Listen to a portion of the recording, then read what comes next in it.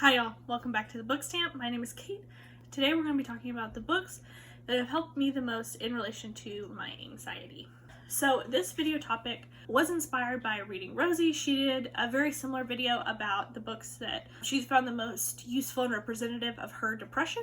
I really enjoyed that video and really appreciated her open, honest, and transparent nature. And so I really wanted to do something in the same vein. And I'm an anxiety queen, so I decided to theme my video more around my issue with anxiety. So the first book duology that I'm going to be talking about today is I Hate Everything But You and Please Send Help by Gabby Dunn and Allison Raskin.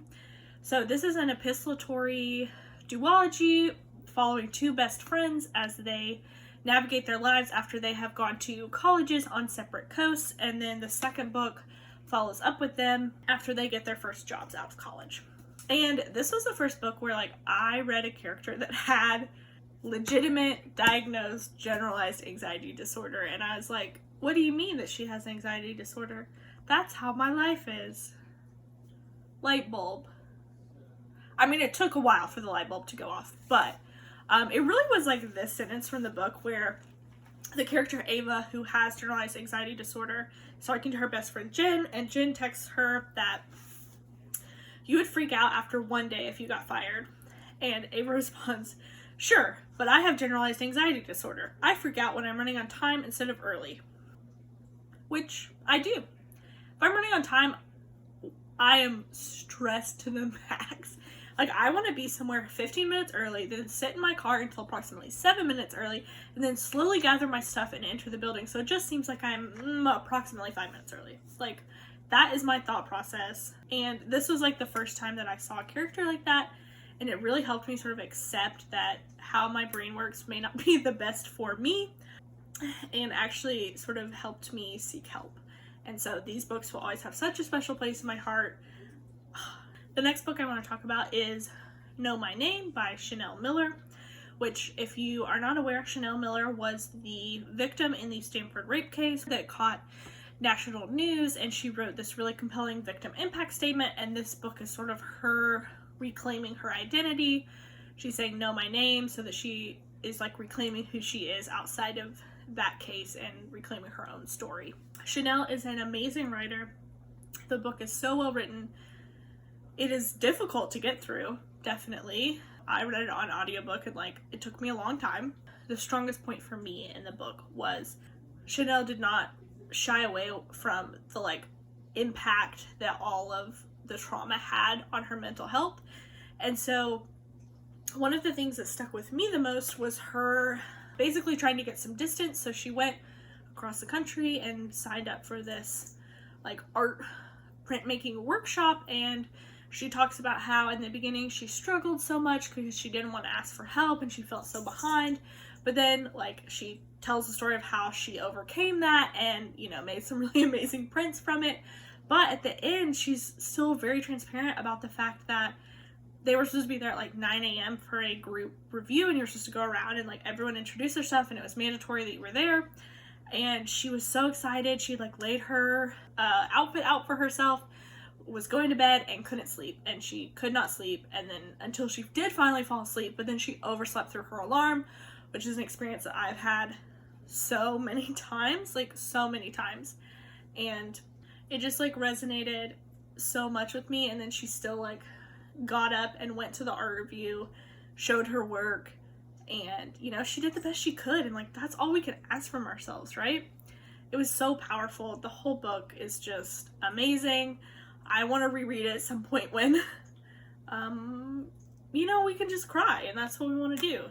The next book that I'm recommending is Untamed by Glennon Doyle. This has been a very popular book this year for good reason. I really enjoyed the read a lot, and one of the things that I found really powerful about the book is that Glennon is talking about how she overcame her alcoholism and substance abuse problems and addiction, and how she's now living her life, and it's hard. Life is hard when you don't have those coping mechanisms that just take you out of it. And I found that really powerful, and she gave a lot of her thoughts on how to be a good human and how to live truthfully to yourself and how to overcome these issues and like maintain them. I just found it extremely useful and powerful to me. Like, it's one of those books that I definitely want to reread. I read it as an ebook from my library, and I really wish I like had a hard copy of it to be able to reference. One of the actual lines that stuck with me a lot is she's talking about how like her family has sort of changed the like classic children's rhyme to Jesus loves me, this I know, for he gave me Lexapro. And I just found that like so funny, and like it was clearly such a niche thing to her life, but I also found it like so applicable to mine as well. At the time I wasn't on Lexapro, but I am now and like love it. Like Lexapro is amazing. So I just like, I love that line now. I think about it all the time. Like, it's one of those that even before I was on Lexapro, I was like, that was so clever. Like, I really liked that. That was so smart. And so that's definitely a book that I recommend as well. The next book I'm recommending is Space Truck by Paige Lewis. While this book doesn't deal with anxiety as an overall theme, it does deal with anxiety to a degree, and loneliness and like just life struggles in a way that I found just extremely relatable to myself. And there's one poem and like a little like stanza from it in particular that I'm going to read that I found just like one of those ones where you just sit there and you're like, that's it, she got it. So here it is. It's from the poem On the Train a Man Snatches My Book. If he'd asked me how I'm feeling, I'd give him the long version. I feel as if I'm on the moon listening to the air hiss out of my spacesuit and I can't find the hole. I'm the vice president of panic and the president is missing. So that was another just segment that I really felt seen by, and I think that's a book that I will definitely come back to again and again. The next book I'm going to talk about is Lab Girl by Hope Jahren, which I found this book, it's just a really, really great science memoir, which can be a really dry topic, but you know, just give them the ladies because they seem to always knock them out the park. But in Lab Girl, Hope talks a lot about her, you kind of actually like follow her through her journey into academia, and then you sort of see where the straw broke the camel's back, and like she really had to deal with her mental health issues, which seemed to me to be, I don't know that she actually said it in the book, but to me it really seemed like it was more like manic depressive disorder. But dealing with mental health in academia is dealing with mental health in academia, and it's hard because academia does not value that a lot of the times does not value that you're an actual human being and not just a research producing robot and money bringing into the university robot. And so it really deals with a lot of how she kind of used her mental health to better her productivity and make her a like better scientist in the eyes of the university at the expense of herself.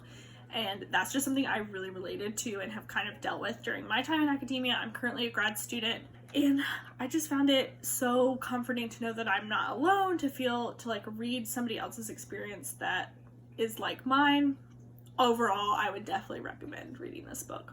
And then we have A Streetcar Named Desire, which is just one of my all-time favorite stories. I love it so much. Blanche Dubois is one of my absolute favorite characters. I think she has been done a number over the years, and her character is not the common perception of her character. I don't think it's true to what's in the actual text. Blanche, sweet Blanche, definitely is struggling. Like, the girl has been through a lot. She is not doing well when she comes to see Stella and Stanley. And you really get to see her like struggling through that and what it does to her and how it relates to her relationships with other people. And it's not a pleasant read. It doesn't end in a good way, but I think it's very true to how a lot of people experience mental illness and how society treated mental illness as a whole in the 1940s, especially as a like woman. Tennessee Williams' sister was eventually committed to an insane asylum and was lobotomized. And so I think you really see a lot of the influences from that in his work. He loved his sister so much, and he ended up essentially bequeathing his estate to her after he died to take care of her, because after being lobotomized, she obviously could not take care of herself anymore. And so I feel like you really see the love that Tennessee Williams put into the character of Blanche that I don't think is normally like appreciated. And I love Blanche. I think she's one of the best characters ever written, and I wish she got more credit. I'm probably going to do a really long, obnoxiously long video that no one else will watch, but I will love, about Blanche, coming soon.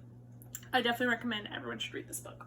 And finally, we have the poetry of Emily Dickinson, which Emily Dickinson wrote so many poems, but I have pulled one specifically that I think really deals with the theme of specifically mental illness, more towards the depression side of it, but this is something like her description of it really feels like something I've experienced before. There's a pretty wide debate about Emily Dickinson. We don't know that much about her actually during her life because the bulk of her poems were not found until after she had passed, and so there's like, was she gay?